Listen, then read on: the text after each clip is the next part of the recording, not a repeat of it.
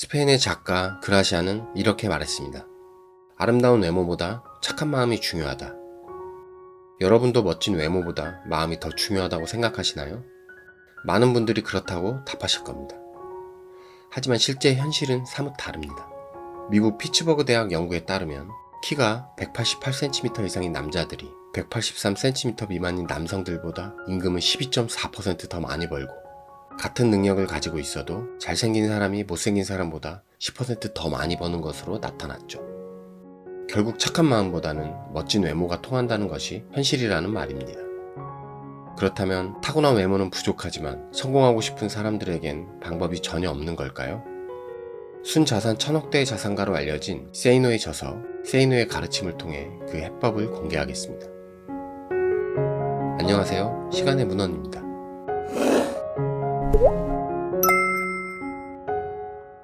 작가 세이노는 세상은 사람을 외모로 판단하는 미숙한 사람들로 가득 차 있다 주장합니다.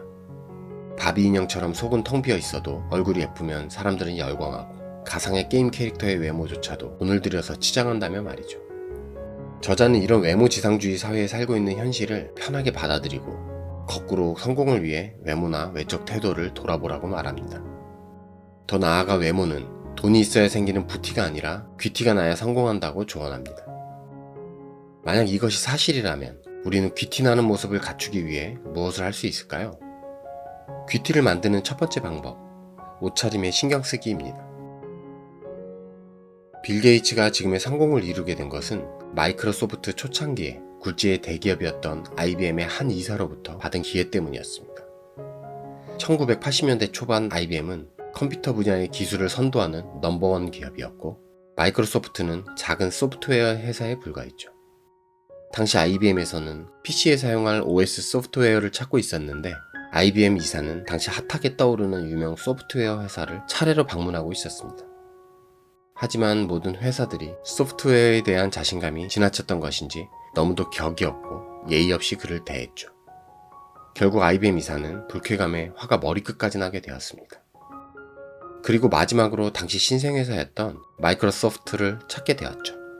간신히 화를 억누르고 나선 미팅에서 IBM 이사는 놀랍게도 정장 차림으로 예의를 갖추고 귀품 있게 기다리고 있던 빌 게이츠를 만날 수 있었습니다. 빌 게이츠는 평소와 달리 짙은 감색의 트래디셔널 스타일의 양복을 맞춰 입고 나갔던 겁니다. 이 미팅으로 마이크로소프트는 IBM과 계약을 맺고 세계적인 회사로 발돋움하게 되었습니다. 귀티를 만드는 두 번째 방법, 공손한 말투 사용하기입니다.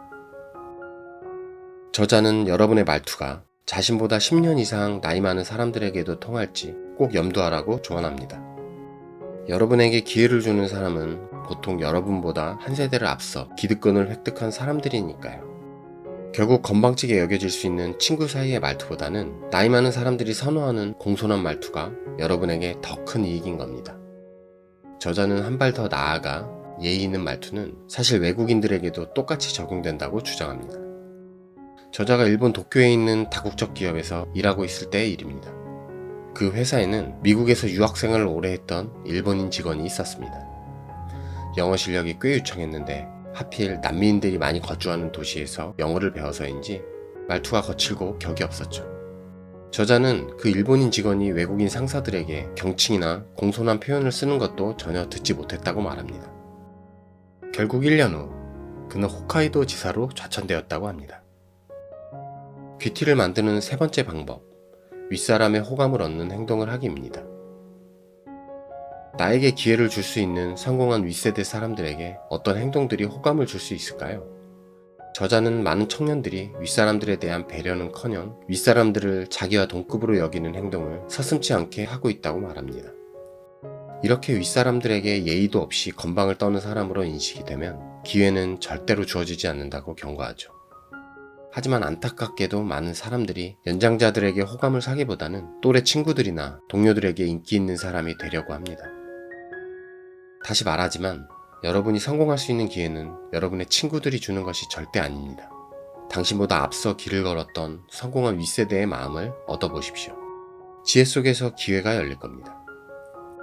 이렇듯 작은 외적 변화를 통해 우리는 남들보다 앞선 출발선에 설 수 있습니다.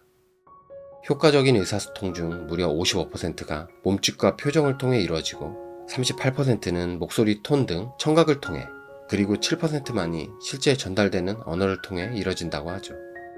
저자는 옷차림, 말투, 행동만으로도 충분히 실제보다 더 귀티를 낼 수 있다고 얘기합니다. 물론 당신을 성공적으로 이끄는 것은 궁극적으로 실력이기 때문에 외모만 믿고 능력 개발을 등한시한다면 반짝이는 성공의 순간도 결국 쉽게 꺼질 겁니다. 하지만 반대로 외모에 자신이 전혀 없다고 좌절하지 말고 실력과 더불어 외적 요인 중에 내가 바꿀 것은 없는지 살펴보십시오. 결국 바꿀 수 없는 것에 매몰되지 않고 바꿀 수 있는 것에 집중하는 것은 언제나 지혜로우니까요.